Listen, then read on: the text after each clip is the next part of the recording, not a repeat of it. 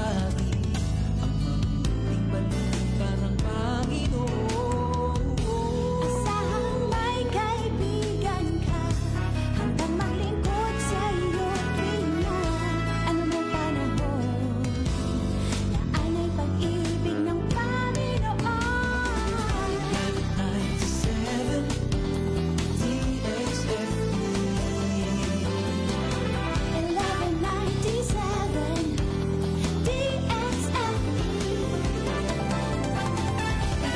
97 DXFE.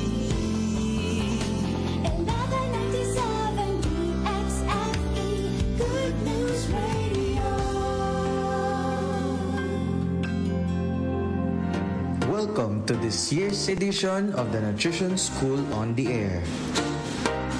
Nutrition School on the Air, or NSOA, is a radio-based education program designed to promote good nutrition practices, particularly the 10 Commandments or the nutritional guidelines for Filipinos. Joining the NSOA has its own perks and benefits, including opportunity to become a certified nutrition advocate, gain knowledge on health and nutrition, win load cards for top students, and we can also attend an exclusive graduation ceremony. How to qualify for graduation? First is to attend all sessions of NSOA through our radio partner, and attendance will be noted through a quiz form sent in our group chat. We also need to have a score of at least 3 out of 5 in every quiz in order to qualify. During the graduation, there are awards to be given for everyone who is able to complete the Nutrition School on the Air. We also have special awards and 100 peso load cards to top students. Do you have what it takes to be a nutrition advocate? Join and participate in this year's NSOA.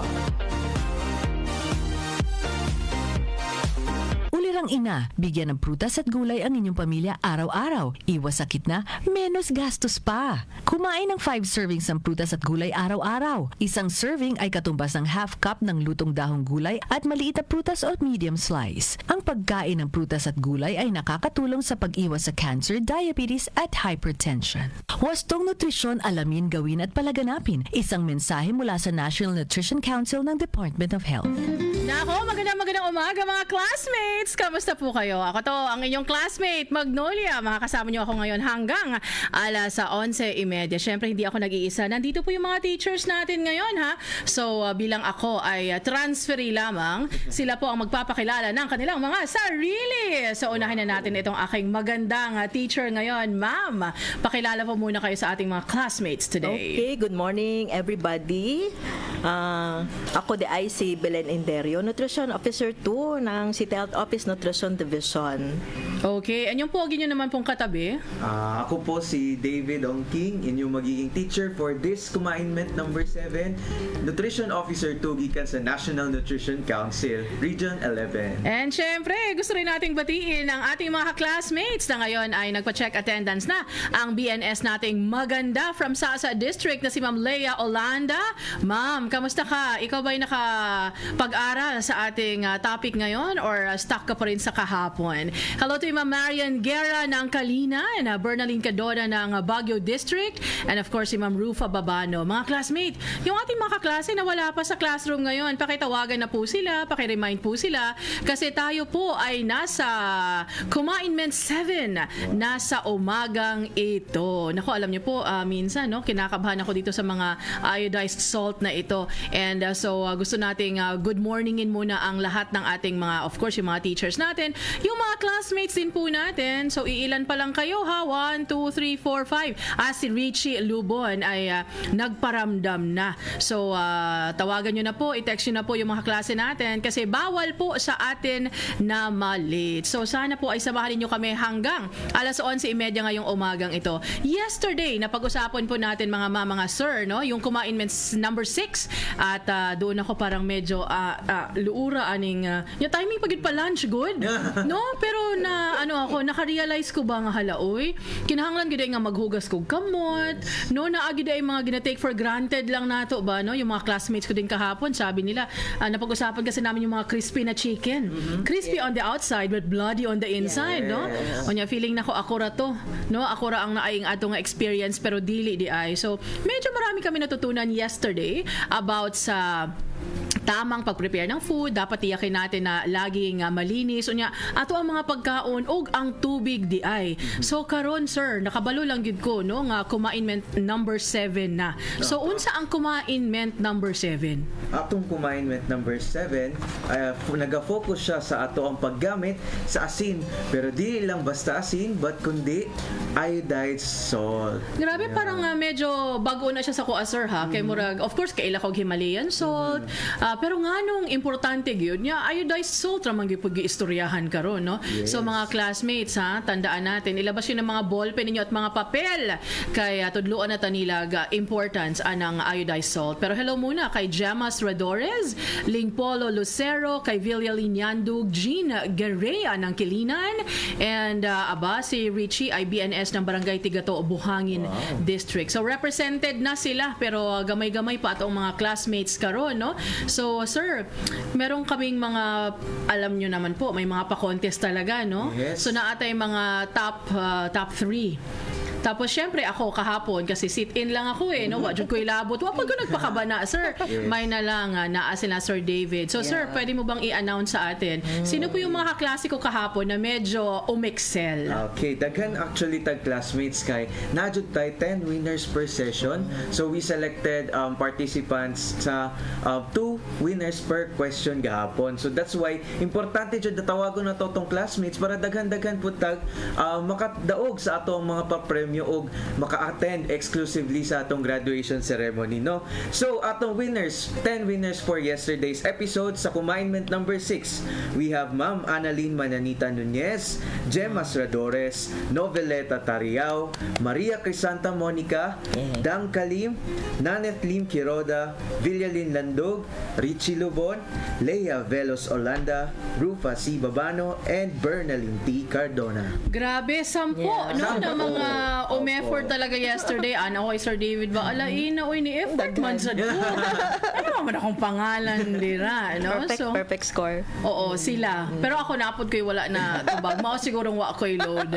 Hello muna kay Ma'am Karen Hordan. Nako ma'am, maayong buntag sa imuha, and kay my Mary Faith Enosito and Joanne Palermo T. So pwede nyo rin pong i-share yung atin pong lesson at klase ngayon, no? Kay para dili lang kita ang makatuon. Pero kato pong mga silingan nato kay kagahapon katulaging malinis na tubig o pagkain, no? So ako yung istorya among mga guard nga kabalo ba mo pag maglatay-latay diri ang mga not so friendly nga mga mananap, no, madamay data sila mga sakit nga dala. Hello to you, Annalyn Nunez ng Talomo Central. So bago po tayo magpatuloy sa atin pong kumain na Ments number 7 ngayon, pakinggan muna natin itong ating paborito na si Mang Moy, at meron daw siyang sasabihin sa atin ngayon. I wonder what, no? Kagahapon medyo interesting ang kinuwento niya. So Manong Moy, pasok. Naririnig nyo? Nagluluto si Mang Moy. Ginisang gulay.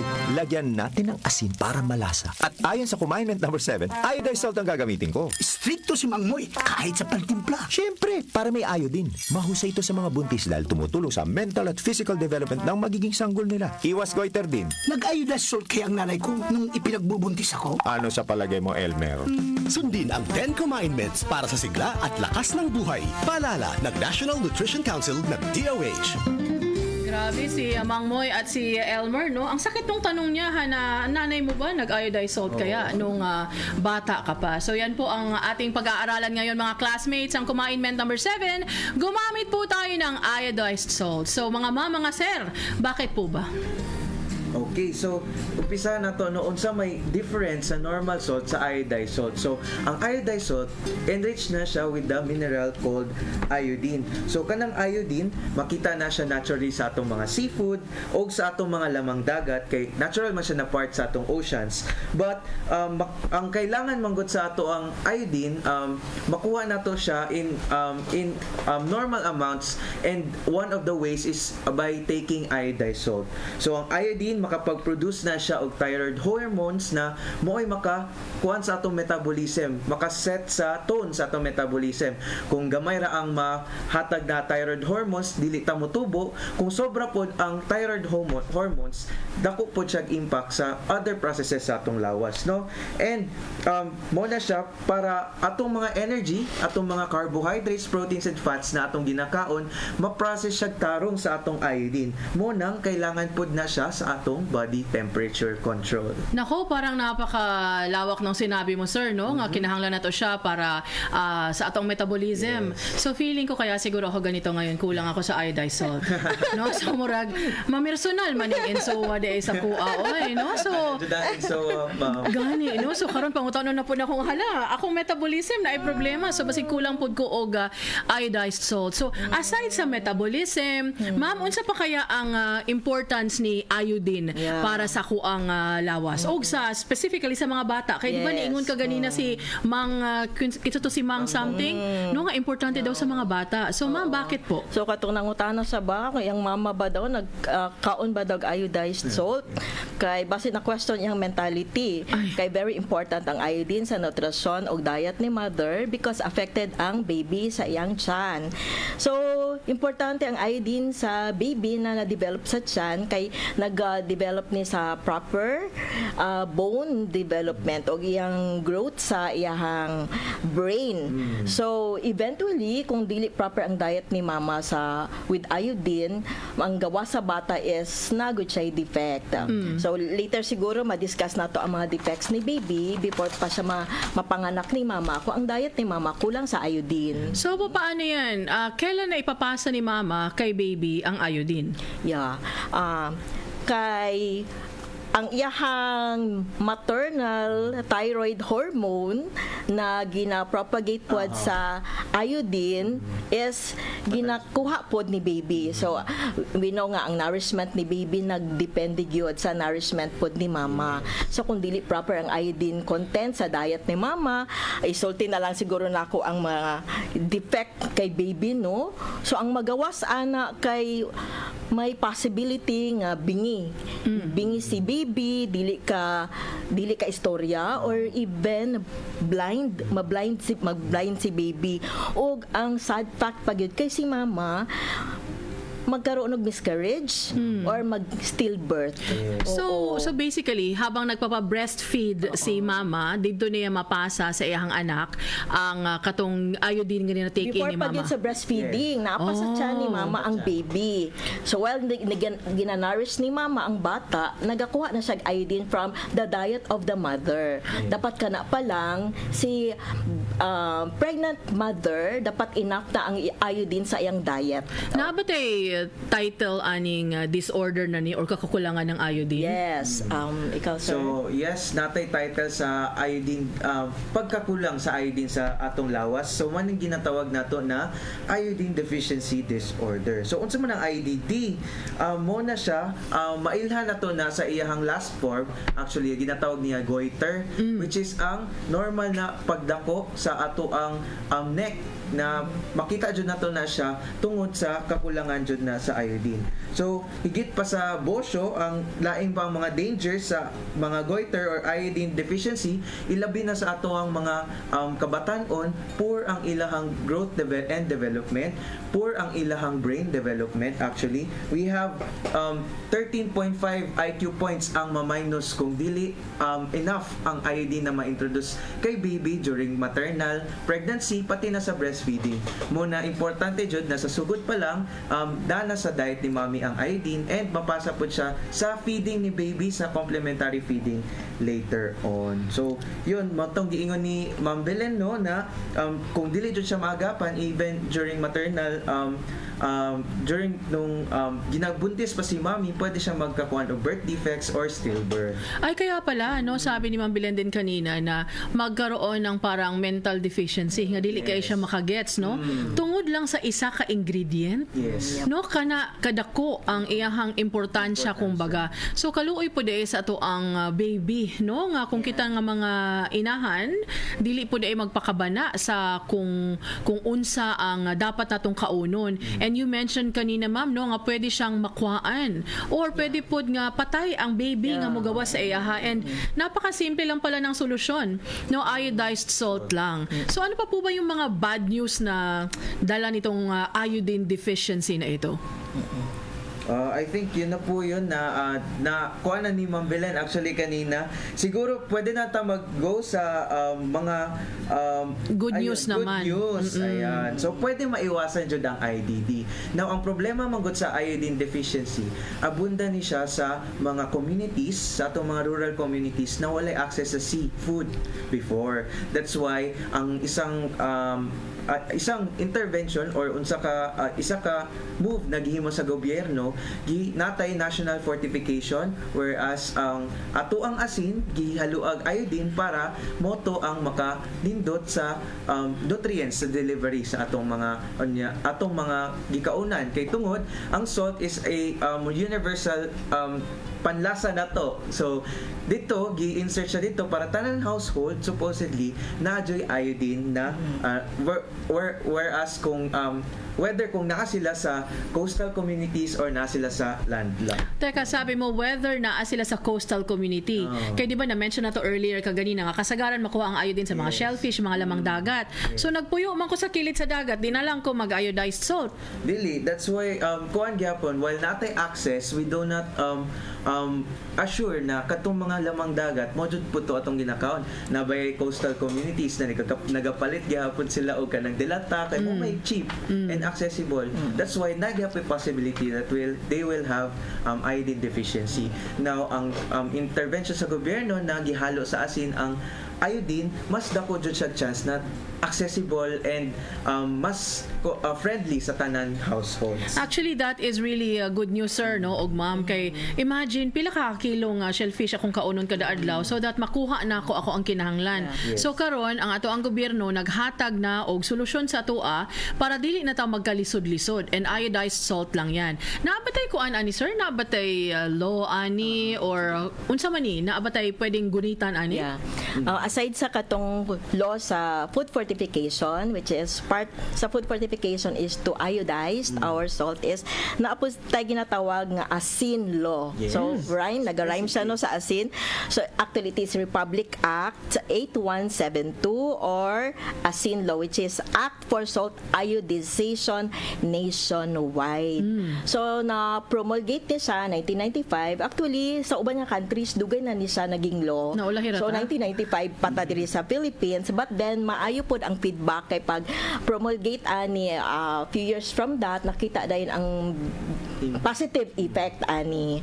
So ang kini nga law naga-mandate sa ato ang food manufacturer na magamit yun og iodized salt, and both ang ginaproduce nato nga salt for human consumption and for animal consumption dapat na ay iodine. Teka lang, bakit kasali si animal? Opo, kasi sinasali talaga si animal kasi may mga animals na for human consumption. Oh, so para sila palang daan, Yeah. fortified na. Yes, No, opo, nya pag abot sa kuha, medyo fortified na gito kaayo. No, okay. So sa una pa day, ma'am, naghimo na ang DOH o kaning mga lakang, no, para mahimong popular ang iodized salt and para mawala ning IDD sa ato ang mga kuan, sa ato ang mga communities. Pero kung kita wala ko'y goiter. Kinahanglan ba na ako gihapon magamit og iodized salt? Yes Kung po. naa ako or walay goiter? Yes po, kasi hindi lang ni siya sa mga bata, kundi sa mga adults as well.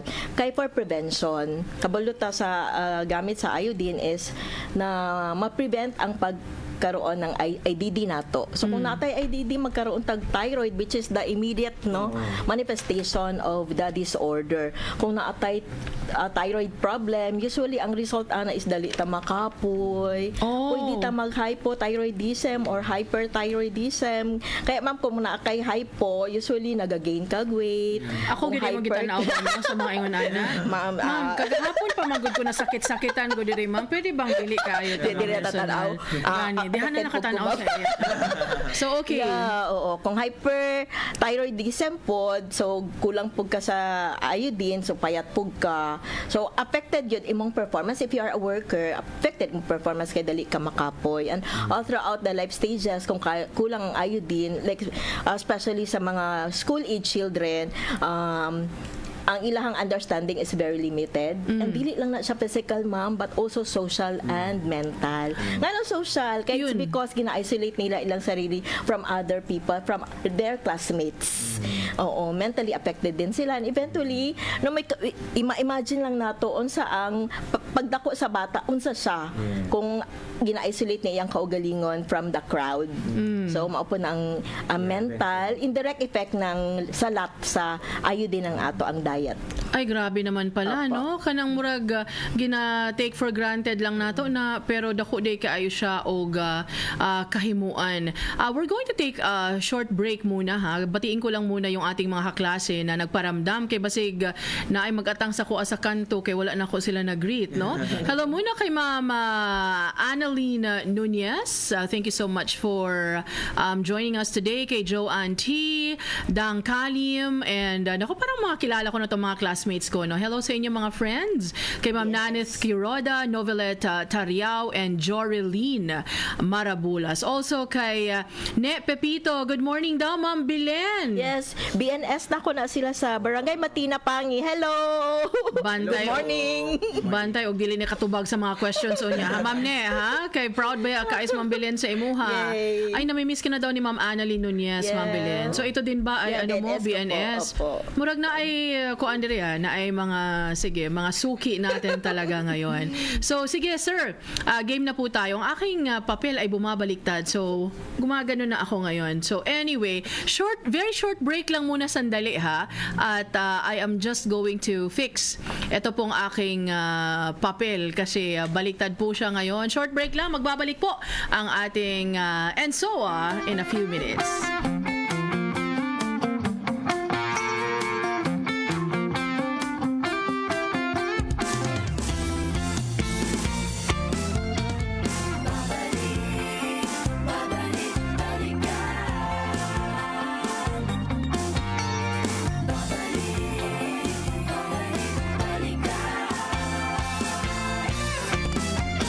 Ito na naman kami, di nagsasawa sa kapupuri. Mula pa man noon hanggang ngayon, tuloy-tuloy pa rin sa pagpupuri at pagsamba. Mula sa awiting naming likha, ilang dekada man ang magdaan, walang humpay naming itatanghal ang ngalan mo sa aming awitan, pagkat dakila ka sa aming kasaysayan. At sa habang buhay ay mamalik-balik ka, ang tamis ng pagsintang ika'y awitan, paulit-ulit man. Ilang beses may hindi pagsasawaan, pabalik-balik ka, papuring awitin, sa'yo'y aming laan.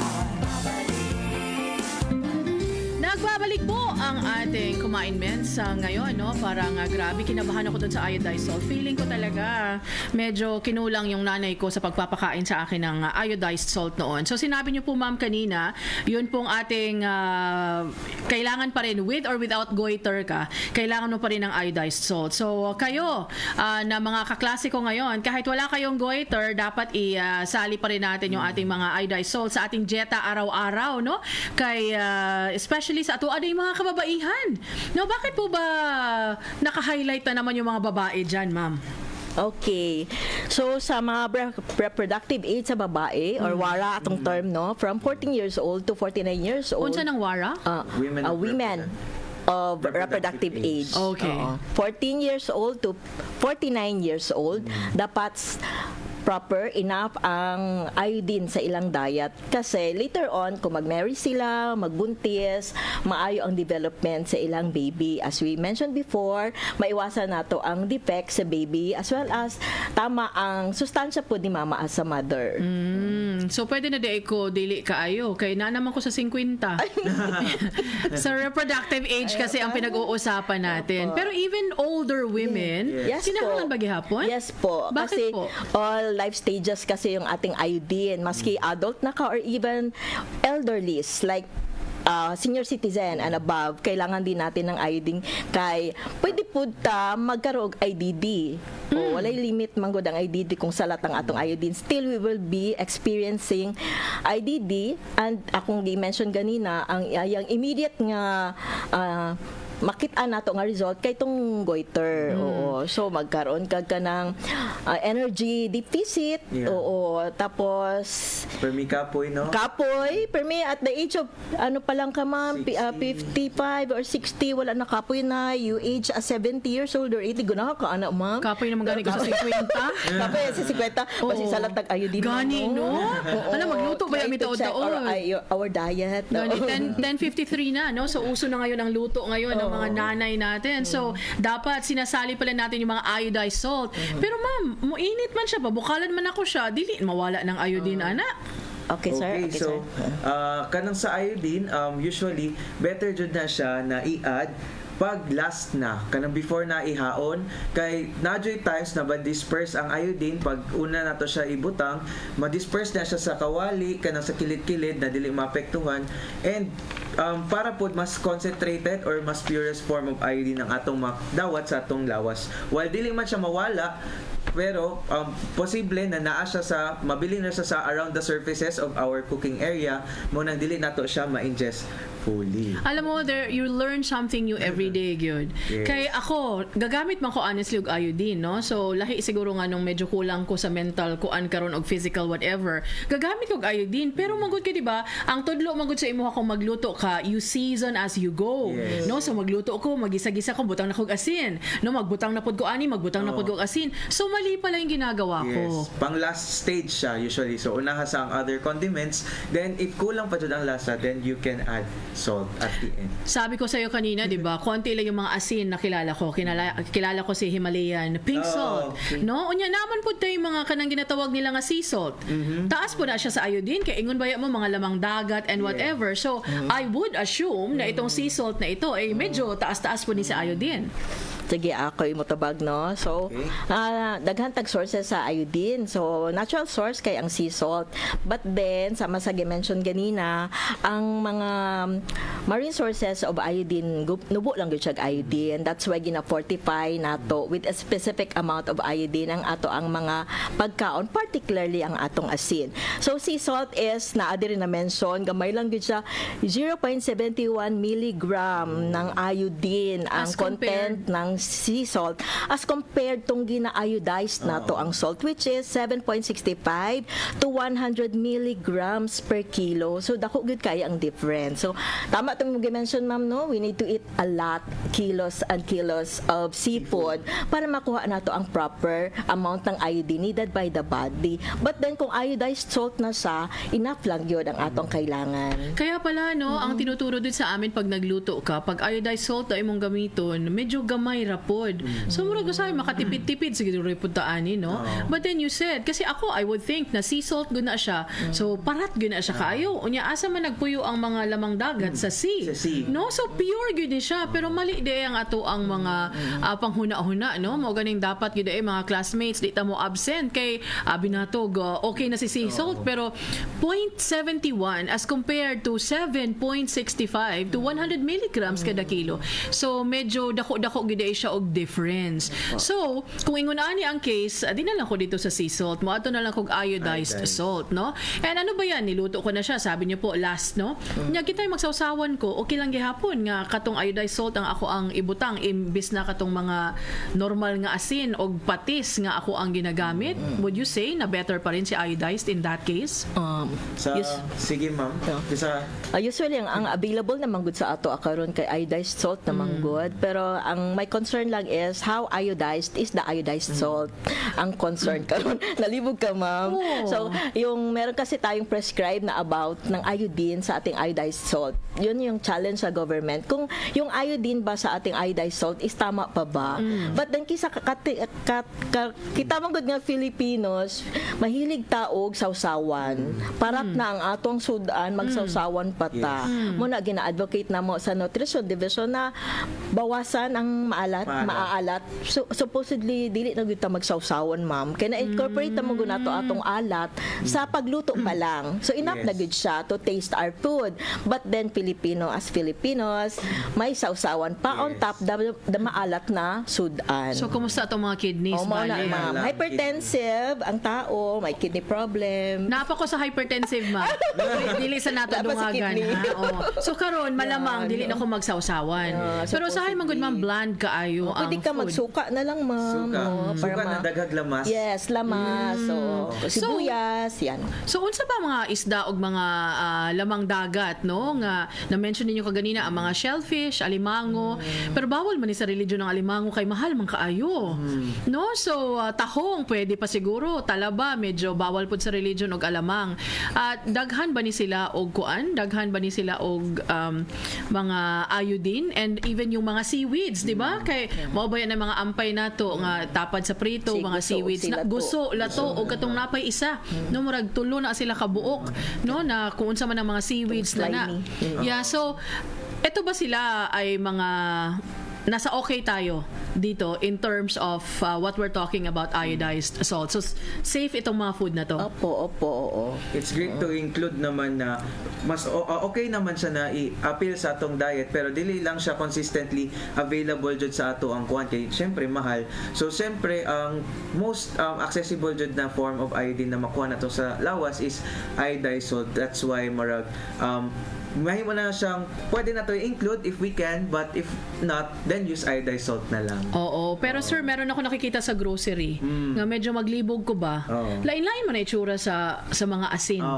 No, so unsa man gyud ang tama nga itsura sa isa ka iodized salt na legit kasi sinabi mo kanina Ma'am Belen, 'di ba, nga naay mga iodized salt nga dili pasok dito sa requirement nato. So kung magtan-aw lang ko sa mga klase-klaseng asin sa grocery, unsa pino lang ba gyud ang automatic ba pag pino iodized dayon na? Supposedly ang tama gyud nga iodized salt kay na siya proper labeling and supposedly na siya amount dapat supposedly no sa nutritional content niya ang amount sa iodine. So naatay fine salt ug naapod tay rock salt which is rougher than fine salt. Both are iodized salt. Pero as consumer dapat na gyud siya i-label. Dili gyud sa makasulod sa mga grocery kung wala siya i-label nga iodized salt.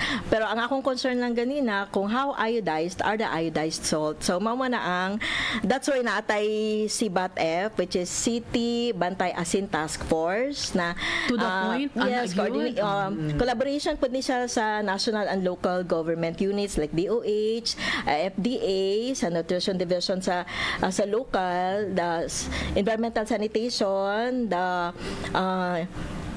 kaning mga grupo sa mga businessmen na food ang ilahang business to regulate kung tama ba gyud ang amount sa iodine sa atong iodized salt. Ma'am, sir, nagod ko na donggan nga chismis nga ang iodine daw dali daw na siya mag-evaporate. Papa. No, so og dali siya mag-evaporate, di mawala pud ang iodine dayon sa iodized salt. No, tinuod ba ang chismis? So, sa ingon ana, tinuod to no na pwede sila kung ma-expose sila sa sunlight and transparent ang imuhang kuan, lalagyan dakog chance na maghinay-hinay og ka wala ang iodine. But if we seal them sa ato ang containers na naitaklob or kanang dark colored na mga containers, then we can avoid or prevent that to happen. Actually, medyo issue pud na sa uban kay pag mag-retailer na ang asin, di ba? Sa atong mga markets kay di ba nasa transparent na kuan niya, ihang raw niya na mainitan. So dapat ma-appeal na siya sa monitoring sa RCBAT-F also na dapat sa atong mga stores tama po jud ang storage sa atong mga asin para dili mawala ang iodine. Hala, grabe gud ang inyong trabaho ng task force na yan, no? So, Kaya syempre, naka-appeal me sa task force before. Yes. tatanawon pag mo ang mga sari-sari store. Yep. Di ba nyo sahay ba yan sa tinuod lang na yung mga asin nga magtubig? Yep. No, pero okay naman na, kay anak magiging asin, mag-melt. Pero ngayon, hindi pala dapat na ganun. siya, opo. And sabi niyo po, Proper dapat na ay best before. Supposedly, dapat oo. na. Pero na naman tayo law, ani ma'am. Nga nung... Oo, so ang challenge is the proper implementation of the law kay para ma-regulate siya. So mao po na ang challenge sa government karon. So, asa ko mo palit og iodized salt. Di ba, So, dito ba ko sa mga suking sari-sari store, no, na may mga paraffol. Dito ba ko dapat? Or katong baligya o ganang pertakal din as palengke, asa ko dapat mo palit? So, kung para ma-sure gyud ta nga iodized gyud atong salt dito ta sa department store, sa sari-sari store, kay usually manggod sa mga talipapa. Walay label. Anyway, seldom na lang ko makakitag ka ng tinakal kay bawal na manggod siya niya. Murag tanan na manggod kabalo nga bawal na siya nga i-open ang salt. No, Hala, murag ako ra lagi wala kabalo. Di ba, ma'am? Wala na ako kakita ba? Usually ako makita, nakapack na good siya. But then, ang packaging dapat, sama sa gingon ni sir, dapat thick ang yang cellophane, dili siya exposed sa direct sunlight para maiwasan ang heat o ang ulan and of course ang sunlight pod niya, no. So dira sa sari-sari store and department store. And supposedly gina-advocate na mo na naagyo siya label best before. Kaya nako, salamat at ako'y nakasit-in sa klase na ito, no? Kay abi kinako gawa pakyas ng ingon ana, pero dili di ay. Hello muna kay Mary Chris Santa Monica and ang oras ay 11:03 na po ng umaga. So dapat yun di ay mopalit ko dito sa mga department, the aircon kumbaga, no? At least dili siya ma-expose sa init. Ma'am, naapod kay giingon ka ganina and sir nga naa yung mga pagkaon nga naapoy iodine. No, pero sama sa imuhang giingon, depende sa kadaghanon. Yes. So sir, ano pong masasabi mo dito? Okay. Depende ra po ang iodine sa pagkaon sa source jud niya. For example, ang dagat abunda man siya sa iodine jud naturally mo nang ang atong mga seafood taas jud na siya iodine, though kailangan po dato og daghan jud kaonon para ma-satisfy ang atong iodine na iodine recommendation daily. So for example, sa ato pong mga soil, naman po na iodine ang atong mga soil or yuta. So kanang gitamnan natong mga vegetables, mga fruits, depende po na sa soil kung unsa ang quality sa iodine na madawat nato sa atong mga produce. Ay, akala ko pang dagat lang yung iodine na yan. Naapod ay siya sa mga Minimal lang. gulay-gulay. Pero even if naa siya sa mga tanom-tanom, mga gulay-gulay, hindi pa rin siya enough. Yes. Kasi nga sinasabi mo kanina na ay mga soil erosion, na overuse na ang yuta, na wala ng iyang mga minerals. No? Pero at least kahit pa paano meron, pero hindi pa rin siya enough. 'Di ba? So sir, meron akong nakita ang process saan ba 'yun, sa Pangasinan ba 'yun, no? Nga mukuha sila, himuon nila ang asin, no? And then ipauga nila ipauga nila tong tubig sa dagat, and then mahimo na siyang asin. No? So nakakita nakagingon ni sir. Sa TV lang jud ko nakakita ana. Pero si Ma'am Belen, basi nakakita siya. Sa TV lang po. Ang tawag anak, ma'am, kay salt farming. Oo, ginahimo nila ang bed o butang nila ka ng seawater and yung ginapadry na under the heat of the sun, and even mga empty fish pond ginahimo nila, ginahimuanan nila og asin. Okay. So multifunction ng fish pond. During rainy season fish pond siya, during dry season ginahimo nila salt farm. Salt farm. So Nagahimo sila salt dito. i-iodize paghihapon nato na. Later po. Pag Okay. naka-produce na, i-iodize subject to iodization process. Okay, pwede bang minahon yung asin? Murag dili siya kaya pinahon. Pero although ang na-special na kuan ba na way of making asin, kana gani ginatawag sa Bohol na asin tibuok. Gani, ganahan Yes, ko diba? ana. Kuan Pero siya, 400 kaayo. rock kayo. Oo, Rock ana salt jud siya na dako. Though kana sa mga salts na yun ana, dili siya iodized pero gina-classify siya as artisanal salt. So the fact na for cultural property and na pwede gyapon siya ma-promote, although kay ang gina-market man sa asin tibuok is flavor flavor pero kulang siya sa iodine. Pero pwede gyapon siya i-sell kay tungod classified siya as artisanal salt. Okay, napagani ka itong mga ginuluto sa Ilocos. And feeling ko yung mga Himalayan pink salt na yan, no? Kana totoong pero ginamina na siya sa mga bukid-bukid Siguro. sa laing lugar. Wala na sa Philippines locally. So na ba laing way, sir, nga kuan nga you mentioned a lot of possibilities on how makahimo og asin. Naay katong fish pan nga paugahon, naay katong minahon sa bukid, naay katong mga asin to buok, di ba? So gawonder lang ko ba kanibang asin nganong asin man ang inyuhang gipili nga butangan og iodine. Nganong ang tubig na lang nako, kay tubig man ang storyahan kagahapon, no kato na lang inyong butang og asin. Nganong iodine, nganong ang asin man gyud ang gipili nga butangan og iodine? Siya ko na ito bagan. Na-mention na initially ni Sir, no, nga the most practical way na maka-access ang tao og iodine is from salt. Because ginagamit natin ang salt and the cheapest food siguro na we could have na ginagamit nato every day. That's why mo to ang gigamit na gi-iodize. No one can escape using salt. Sa tanan nato nga pagkaon every day naagid siya salt, no? So mana nga wala gyud tay takas sa iodine. So again, ang question lang is enough ba ang iodine sa ato ang salt? May wala. Kasi even if may sakit ka, di ba? Salt gihapon ka, less lang noon, pero salt gihapon. Mao siguro tong imong gina-mention ka gani naman Belen ba katong asin law or yung RA 8172 nga even ang mga food manufacturers dapat mo gamit silang iodized salt, no, sa ilahang mga produkto. Meron ka pa bang gustong idagdag dyan, sir? Siguro, no? Also, while concerned po ang concentration sa iodine sa salt, concerned po karon kung masobrahan tag-asin in general. Kay kana siya, makaadto po siya sa sobra na padulong tas hypertension, kidney disease. Muna, salt ang gipili po kay gamay raman ang kailangan sa atong lawas. So, kung gibutang ang iodine sa sugar, daghan pong iodine kaayo ang mahatag sa atong lawas na sometimes makasama po kung sobra kay iodine. So, tamang ratio lang jud na sa asin jud siya gibutang, no? Paulit-ulit niyo pong sinabi yung sobra. Is there such a thing or is there a possibility na masobrahan kog iodine kay sobra po ang ako ang paggamit og iodized salt? Kuan, sige ako ito bag. Actually dili gyud siya masobra, di gyud ta mag-exceed sa iodine na kailangan sa atong body kay gamay lang gyud ang iodine na ginabutang. In fact, ang atong problem karon is kulang ang iodine sa atong iodized salt. So anong gagawin natin dyan? Let's say kung totoo talaga yan na kulang, unsa na ba ko'y pwedeng himuon para ma-supplement ang kakulangan ng iodine sa aking iodized salt na ginagamit? Sa government nga side, mo naatay regulatory, naatay task force, ta akong gi-mention ganina nga SEBAT-F, City Bantay Asin Task Force, na nagaregulate from the manufacturer. Dili manggud ta kita lang gyud ang sole manufacturer sa atong asin, naga-import ta sa uban.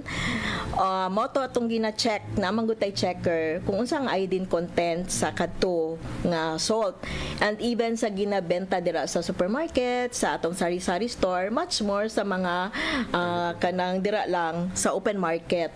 So kay sa among experience, ako experience before kay naging part po ko sa task force, medyo nubo gyud ng iodine content sa atong existing nga iodized salt, even tong na-label nga iodized salt. So mo ang challenge sa government karon. Lalo na pag yung sinabi niyo po na naalang sa mga sa gawas, no, nga nag-evaporate na di ay unya ako nagluto-luto feeling na ko nga nakuha na nako ako ang kinahanglan nga iodine pero dili di ay. So what I am understanding from you now is dapat mo gamit ko og iodized salt pero dili pud ko magpalabi kay ang hypertension nato, ang kidney nato og uban pa. No, so mas maayo gid ay nga pag magluto ta og pagkaon mga classmates, butangan nato siya iodized salt. And sama sa giingon ni Sir kaganina nga towards the end na siya.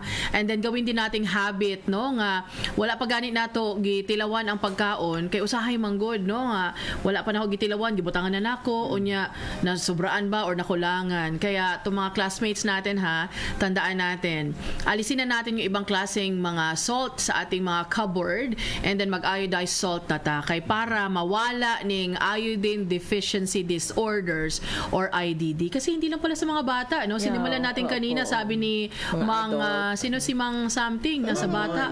Pero karon di ay, naapod ta din ha. No? So, sir, ano mga kailangan nating, bago tayo pumunta sa quiz natin ngayon, ano mga kailangan nating pagkain na gamitin in our everyday na mga kinakain? Yes, so aside sa iodized salt na ginabalik-balik na dyan diri sa session na to, mukaon po ta sa lahing mga pagkaong rich in iodine gaya ng seafoods and seaweeds. Now, while gi-mention na to na dili kay siya accessible sa tanan, namang good gyapon siya other nutrients aside sa iodine na makatabang po sa atong lawas na naapods dito specialized pod ang seafoods for example calcium, for example magnesium, mga yun so naay mga ingon anang nutrients na makita nato sa seaweeds pero wala po sa iodized salts. That's why balance is key. Tama, varied dapat. Kumainment number 1, kumain ng iba't ibang pagkain o kumainment number 7 na mugamit yun og iodized salt. In moderation. Yun, klarong-klaro yun mga classmates ha. May question si Ate Naneth Quiroda, ang aking magandang classmate. Ma'am sir, question po. Kung naanay goiter ang isa ka tao, dili na daw siya pwede mag-take og iodine?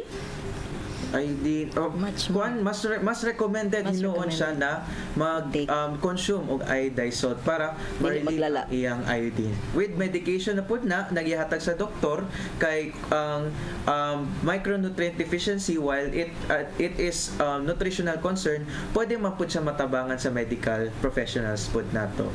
Okay, so asa kaya Ma'am Nanette, asa nimo narinig itong chismis na ito, no? Na pag naan ako'y goiter, dili na ko pwede mag-take og iodine. Samot siguro, no? Gani kay usahay man good, di ba? Maminaw ta sa mga chismis ba? Mo ganing importante kaayo nga naatay ing-ani nga school on the air para yung mga tanong po ninyo ay ma-check natin. And sabi niyo nga sir, di ba, dapat syempre magpa-check ta sa doktor. Mo gani nakabalot ang nanatay goiter, kay nagpa-check ta sa doktor. Pero as far as you are concerned as nutrition experts, dapat nga naagi hapoy iodine. Yes. So how unsa kadaghan, unsa kagamay ang iyahang i-take? Na ako'y goiter. So napabagi hapon ay limit or na ay maximum ang pag-consume na ko ani? Usual lang siguro na household level, dili pud ta moingon na katong sobra na sa 1 teaspoon. Kay 1 teaspoon ra baya ang recommended salt intake sa isa ka tao per day according to World Health Organization. Kung mosobra ta ana, kung for example natay goiter nya mosobra ta ng 1 teaspoon pod, basig muadto po ta sa laing mga complications or mga NCDs na pwede mag-develop. So that's why limit lang gyapon ta tong 5 grams of salt, pero most likely manggod mag-goiter lang siya kung wala jud siya asin in the first place. Maabot ra jud ato na point na mulobo na iyang neck kung wala jud siya access sa iodized salt in the first place. So switching to iodized salt, dako na jud siya tabang. Okay. Happy na ang aking classmate si Ma'am Nanette. Salamat daw sa inyong tanong, no? So na kulbaan na pod ko sa 1 teaspoon a day ra day ang limit. No, unya magluto baya ta murag pila ka kutsarang asin. No, to consider pod kay ang existing nato ingredients sa atong food na ana siya asindaan. Like for example, processed na meat na ana siya asindaan. So limit tong i-translate lang nako tong 1 teaspoon ni sir 5 to 10 grams, but according to WHO 5 grams ang limit, but then advocate pa gyud nila nga less than 5 grams pa po. But then para less than 5 grams i-increase nato ang iodine content. Sa mga food processor nga nag-iodize, i-increase nila ang iodine content but lesser na ang atong intake sa salt. Kasi feeling ko sa breakfast pa lang, 'di ba? Classmate Nanette, hurot na ang isa ka teaspoon nga. 'Di ba? Unya paresa na kog bulad, no? Unya mag-fry kog itlog. Syempre asinan man na akong itlog. Unya napag ginay mga powder, no? Toyo. Mga ginisa mix. Ayoko na sa earth, no? Parang lahat ng aking gustong kainin ay bawal na. O mga classmates, ready na ba kayo para sa ating quiz? Wala na ba kayo gusto idagdag bago ako pumunta sa ating pa-quiz ngayon? Okay, so ready na kayo mga classmates. Maglagay muna kayo ng ready na dyan sa chat box natin kung kayo ay ready na, kasi magsisimula na akong magtanong ng 5 mga questions para sa inyo at magkakaroon tayo ng mga papremyo. So wala pa ako nakikitang ready na. Hala, nasa na yung mga classmates natin? Nakikinig pa rin ba kayo? Nandyan pa naman sila, nakikita ko live pa rin sila. Pero wala pang nagkiklik ng ready na. hindi po ako magtatanong ng question kung walang mag-click ng ready na. Kaya basig walay mo tubag sa kung ang question. Ayan, ready na si Ate Villalin, si Ma'am Ne Pepito, si Ling Polo, Lucer, ready na. So silang tulog yun yung feeling na ko ang makadaog karon, no? Kaya sila naman pong tulo ang nag-ingon nga ready na. Okay, question number 1. Tama or mali? Okay, tama or mali? Ang seafood, seaweeds at iodized salt ay mayaman sa iodine. Tama or mali? Okay, ready na, ready. Hanggang ready pa rin sila. Sagot na po. Tama, si Dangkaling, si Ate Marian, ready pa. Si Dangkaling pa lang, si Villalin T. O, di ba? Tipid sa answer. Kasi 1 teaspoon lang daw ang pwede sa isang araw. So, T ang sinagot. Si Ate Novelet, si Ling Polo. Ayan. So, problema na ni na Sir. Mamaya ang ay, ate, antay ka lang. Yun, problema na ni ate, ay ni Sir David ang mga winners ngayon. So, okay. Lahat sila sumagot po ng tama. Kailangan natin ito kasi dito natin kukunin yung ating iodine na kailangan ng ating mga katawan. Question number 2. Ano ang tawag sa kalagayan na dulot ng kakulangan ng iodine sa katawan? Meron silang mga mini-mention kanina, no? Na the disorder something. Ano daw ang title nun? Sige nga, tignan natin. Kung nakikinig nga etong ating mga classmates ngayon, ano ang tawag sa kalagayan na dulot ng kakulangan ng iodine sa ating mga katawan? IDD. Tatanggapin natin na IDD lang. IDD. Ay, sige, spell IDD daw. Ano daw ang meaning nito? Ay, IDD is correct. Congratulations po sa inyo. Question number 3. Eto, ewan ko lang, no? Kasi kung ako tinanong nito, malamang nakalimutan ko na. Question number 3, ano ang batas na nagtatalaga na ang lahat ng asin sa bansa ay dapat iodized? Ano po yung batas na yon? Okay, sige nga. Nasa IDD pa rin sila. Nasa iodine deficiency disorder pa rin. Nasa question number 3 na po tayo. Wala pang sumasagot. Malamang sa akin mapupunta ang point na ito. Hala, wala good gihapon, sir. IDD pa lang sila. Lagani. Napon sila sa IDD. Asin Law. 8172. Asin Law. Dawato na to ang 8172 og Asin Law. Yes. No? So, okay. Thank you so much. Nako, Ma'am Mary Chris, hindi po si kasi task force yun. Yan po. Oo. So, ano mo ba to? BNS mo to? Hindi. Ay, nasa na yung mga BNS ni May Ma'am? Okay, so Asin Law or RA 8172. Okay, question number 4. Tama or mali pa rin? Tama or mali? Pwedeng T, pwedeng M. Hindi mo na kailangan mag-iodized salt kung wala kang goiter. Dahil ang goiter ay sakit ng mga kulang sa iodine. Uy, ito yung tinanong sa atin kanina. Parang, uy, no cheating. Nakita mo ba yung aking kodigo? Classmate. Parang may ano. Lagi, nag-una-una lagi ni siya ay. No, Sharog, di ka katubag, anim. Ang answer ay mali. Maari ding, ay hindi, mali pala ang aking, mali ang answer. Kahit walang goiter, kailangan pa rin ng iodized salt sa kanilang pang-araw-araw na diet para maiwasan ang iodine deficiency disorder. Okay, mali ang tama na sagot. Ang weird, no? Mali ang tama na sagot. Okay, move on na tayo mga classmates sa last natin na question para po sa araw na ito. Finally, nasa last question na, tama or mali pa rin. Ang pinong asin lamang ang iodized salt. Hala, tinanong ko to kanina ha. Pag walang nakasagot, ewan ko na lang. Tama or mali? Ang pinong asin lamang ang iodized salt. Okay. Nasa na tayo? Sige. Dito sagot here. Ayun, mali. Mali ang sabi ni Ate Villalina Yandug. Mahina ang data. Okay, ni Ate Annalyn. Si Ate Novelet, mali. Joanne, mali. Dangkali, mali. Aba, ang tatalino ng mga classmates ko ngayon, ha? Parang mahihirapan sila, Sir David, na maghanap ng mga perfect na, well, lahat siguro kayo perfect, no?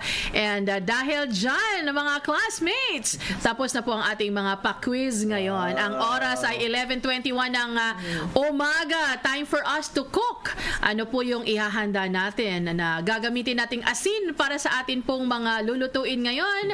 Iodized salt. And kailan ilalagay si iodized salt? Towards the end. Hindi daw dapat sa simula pa. Ngayon, ang dami ko nang natutunan sa iodized salt na yan, no? So, tignan mo na yung kusina mo. Kung meron kang iodized salt dyan. Kung walang iodized salt, Bili ka.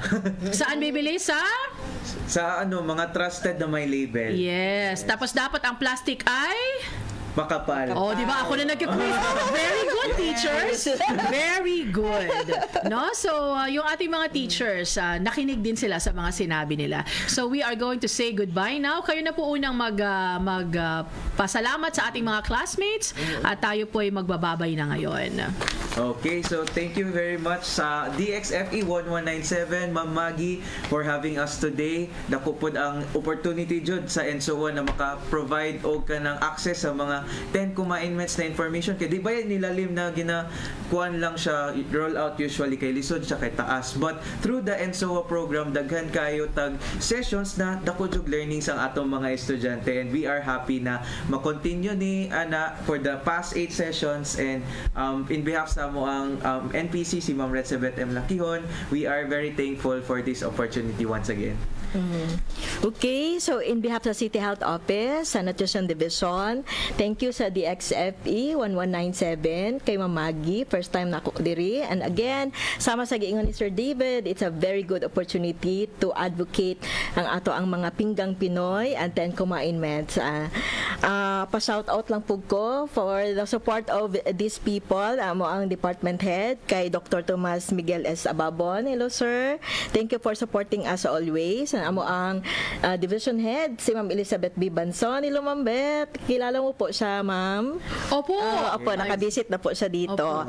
Ang aking new area of assignment sa Tugbok District po, yung RHU head namin si Dr. Larido Rabang. Hello Doc, good morning po.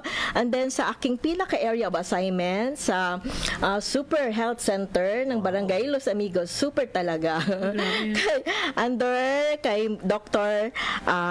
Rogin Tongo. Hello, Doc. And from us, thank you very much for the opportunity again. And for our BNS na nag-support for listening, and then at least maingganyo, ma-motivate sila more to advocate 10 commandments sa respective communities po nila. Ayun. Ang aking mga classmates naman ay gusto magpasalamat sa inyo, no? Si Richie Lubon, thank you daw. And God bless us all. Salamat din daw, sabi ni Bernalina Cardona, kay Ma'am Sue Daniel Doremdes. Uy, classmate, Ate Sue, sabi niya, thanks. Very informative ang lessons. Kaya nga dapat sinishare natin tong mga ganito. Hindi lamang yung mga nagpa-enroll. Yes. Diba? Kasi may mga nagpa-enroll, merong mga hindi. So, meron tayong mga listeners din, mga listeners ng DXFE, no? So, informative daw yung ating lesson. Kay Ma'am Nanet Kiroda, thank you daw. Thank you, Ling ma'am. Polo Lucero, maraming salamat. Kay Mary Faith Enosito, nagpapasalamat din. Kay Joanne Palermo T. And to Jean Guerrea, see you daw tomorrow. Wala tayong klase bukas, classmate. Friday bukas, di ba sir? May Ganahan plano kang sila. i-announce yun? Ganahan sila Announce mamati. natin na next session would be on Monday, and mas earlier time mga classmates, kay taas-taas ang ato ang mga sessions for commandments number 8, number 9, and number 10. Ay, parang gusto kong ako na naman. Tignan ko kung kaya ng schedule ko. Kasi marami ako natututunan talaga. Yes. Ma'am, hello daw Ma'am Belen, and hope to see you soon daw, sabi ni Ma'am Annalyn Nunez. Wow, hello, Ann. Feeling ko magpapalibre Bienes ko. to. Tama Oo. ka mo. Ay, di ba? Alam, Ma'am Alam, tinatag ka Annalyn. na, Ma'am Ann. Alam, Ma'am Annalyn, tama daw ko. Magpalibre yun daw kasi. Ma'am Joraline, salamat po daw. And kay si Ma'am Ne Pepito ay nagpapasalamat sa inyong dalawa. Ma'am Ni, uy, apila po ko kayo nag-lesson-lesson po ba yung kauban ninyo? But anyway, thank you so much. Ako po ay maraming natutunan ngayon. And sana po ay nabusog kayo at nasarapan kayo sa ating topic sa Kumain-ment number 7. And always remember gumamit ng iodized salt. See you po sa Monday. Bye! Walang labis, walang kulang, nagbibigay kalakasan, tuntunin mo'y pagkakatiwalaan ko. Nagbibigay talino sa payak na mga isipan, mga utos mo'y makatwiran, o aking Diyos. Magbago man ang ihip ng hangin, ngunit hindi magmamaliw. Ang salita mo'y hindi nagbabago, matibay na sandigan hanggang dulo. Mula pagkabata hanggang pagtanda, ako'y itinutuwid ng iyong salita.